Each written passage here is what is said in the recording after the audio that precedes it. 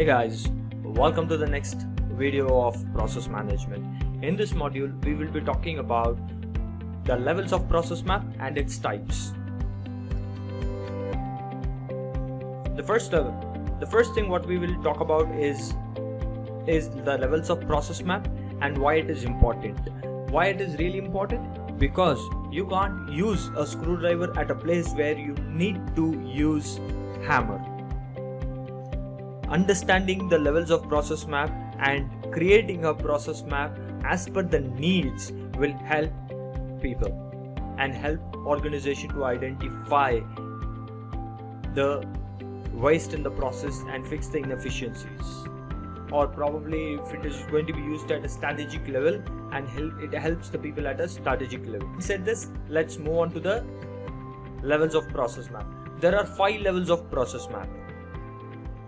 The number 1 is at a product level, which is the highest level where you will be only talking about the products or the higher level of processes, and then the process or a sub process level.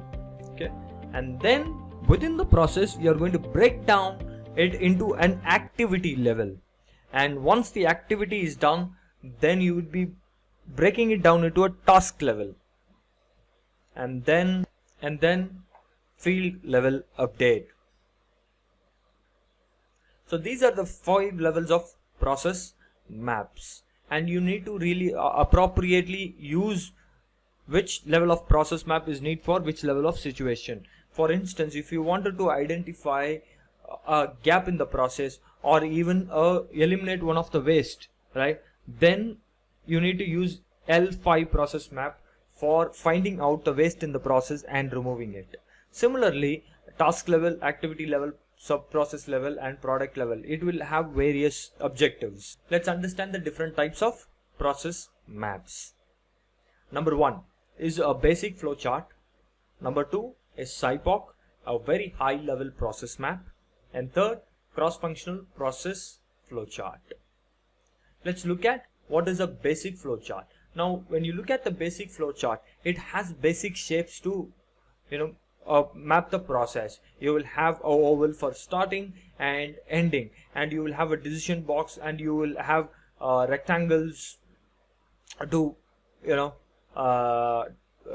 the processes. So it's going to be very simple in nature. I'm going to pick up an example where we have spoken in the past.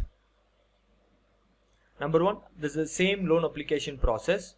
So client request, collect documents, verify the documents.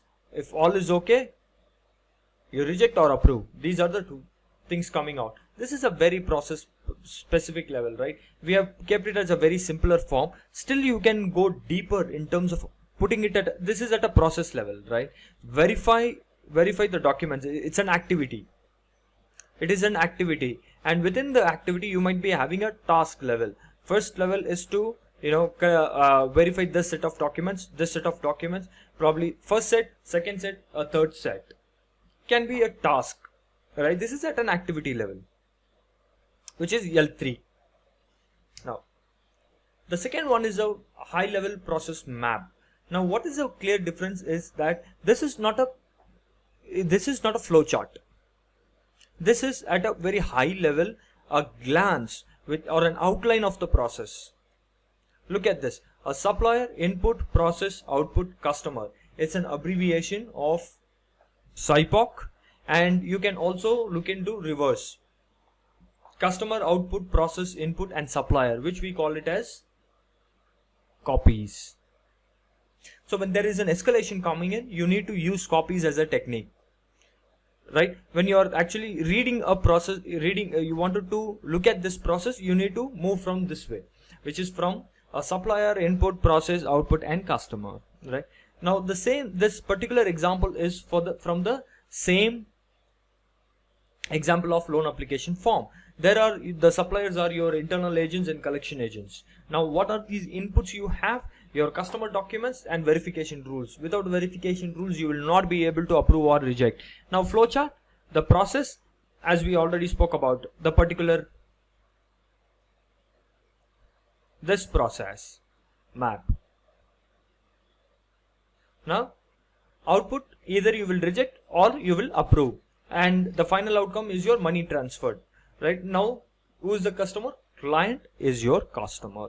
This is a very simple SIPOC, very high level, where you will actually have this in place.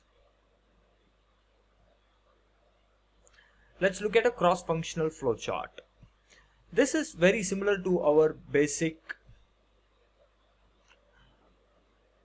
flowchart, but it doesn't talk about your accountability or who needs to do what. But in this particular flowchart, the cross-functional flowchart, what happens is that you will create a swim lane. Look at this, it's like a lane, right? So in this particular lane, what we will do, what happens is that you need to allocate one particular lane to one party or a accountable person. For instance, the gray line, let's align it for the client. The second one is for the vendor. Let's take the same example of the loan application form. The client receives, collect documents, verify documents, all is okay, reject, approve loan. Right now, it clearly segregates who needs to do what. The client has to give an information or a request, and the remaining, the collect documents, verify the documents, all okay, reject or loan approved. This particular step has to be done by the vendor. This how it segregates. This clearly calls out who needs to do what. Let's see a quick recap. Number one, what are the different levels of process map? There are 5 levels of process map. Product level, which is level 1. Level 2 is at a process or a sub-process level. Level 3 is at an activity level. Level 4 is at a task level. Level 5 is at a field update level. Types of process map. What are the types of process map? Number 1 is basic flowchart. Number 2, SIPOC, which is supplier input, process and output, which is in a high level process map. And third is your cross-functional process map. Happy learnings. God bless you.